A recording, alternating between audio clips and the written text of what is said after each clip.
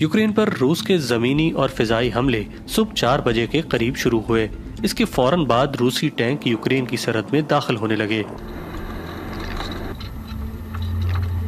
10 دن بعد روسی فوجی کیف کے مضافات میں پہنچ چکے تھے، صدر زیلنسکی کے دفتر سے بمشکل 20 کلومیٹر کے فاصلے پر۔ کیف کے مرکز تک گولہ باری کی آواز سنائی دے رہی تھی،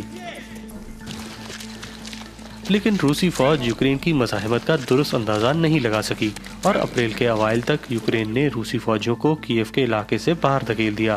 جب انہوں نے ایسا کیا تو انہیں بوچا میں روسی مظالم کے پہلے شواہد ملے۔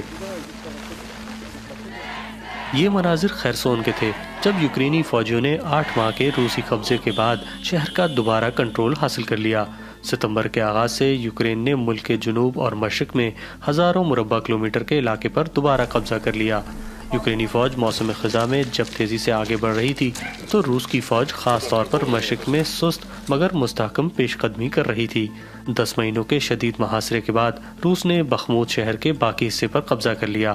اس دوران ایک اندازے کے مطابق 60,000 سے زیادہ روسی فوجی ہلاک یا زخمی ہوئے تھے۔ انہی مہینوں میں روس اپنا دفاعی نظام بنانے اور بارودی سرنگیں بچھانے میں کامیاب رہا اور پھر یوکرین نے ایک طویل انتظار کے بعد جوابی کارروائی کا آغاز کیا۔ اس کے نتائج معمولی تھے۔ یوکرین صرف چند سو مربع کلومیٹر تک فرنٹ لائن کو دھکیلنے میں کامیاب رہا۔ یہ وہ پیش رفت تھی جس کی کسی کو توقع نہیں تھی۔ روس کی سرزمین پر یوکرین کے فوجی جنوب اور مشرق میں فرنٹ لائنوں کا اچھی طرح سے دفاع کیا گیا اور بہت زیادہ تعداد میں بارودی سرنگیں نصب کی گئیں۔ یوکرین نے وہاں حملہ کیا جہاں ماسکو کو اس کی کم سے کم توقع تھی۔ چند دنوں کے اندر یوکرین نے روس کے کرسک علاقے میں سودزا شہر اور آس پاس کے دیہاتوں پر قبضہ کر لیا تھا۔ جنوری 2025 کے اوائل سے یوکرین نے روسی تیل کی تنصیبات پر اپنے طویل فاصلے تک مار کرنے والے ڈرون حملوں کو تیز کر دیا۔ اس کا مقصد روسی فوج کے لیے ایندھن کی فراہمی میں خلل ڈالنے کے ساتھ ساتھ کرملن کی ایکسپورٹ انکم کو کم کرنا تھا۔ مارچ 2025 کے وسط تک روسی افواج نے سودزا پر دوبارہ کنٹرول حاصل کر لیا، جو کرسک کے علاقے میں یوکرین کے زیر قبضہ سب سے بڑا روسی قصبہ تھا۔ کرسک میں یوکرین کے باقی ماندہ علاقے بھی آہستہ آہستہ ہاتھ سے نکل گئے، جس پر بہت سے یوکرینی فوجیوں نے کافی تنقید کی تھی۔ روسی افواج نے 2025 کے موسم گرما میں بظاہر سست رفتاری سے پیش قدمی کی، لیکن وہ ایسے علاقوں تک پہنچ گئے جس کی زیادہ تر یوکرینی توقع نہیں کر رہے تھے۔ یہ زاپوریژیا علاقے میں فرنٹ لائنز کا جنوبی حصہ تھا جہاں روس نے زیادہ تر علاقے پر قبضہ کر لیا۔ جولائی کے آخر تک روسی افواج مالیوکا گاؤں پر قبضہ کرتے ہوئے دنیپرو پیٹرووسک کے علاقے میں داخل ہو گئے۔ Institute for the Study of War کے تجزیہ کاروں کے اندازوں کے مطابق روس نے 2025 کے دوران مزید 4,831 اسکوائر کلومیٹر یوکرینی زمین پر قبضہ کر لیا۔ شدید سردی میں یوکرین کے بجلی اور حرارتی پلانٹس پر روسی میزائل حملے کوئی نئی بات نہیں رہی۔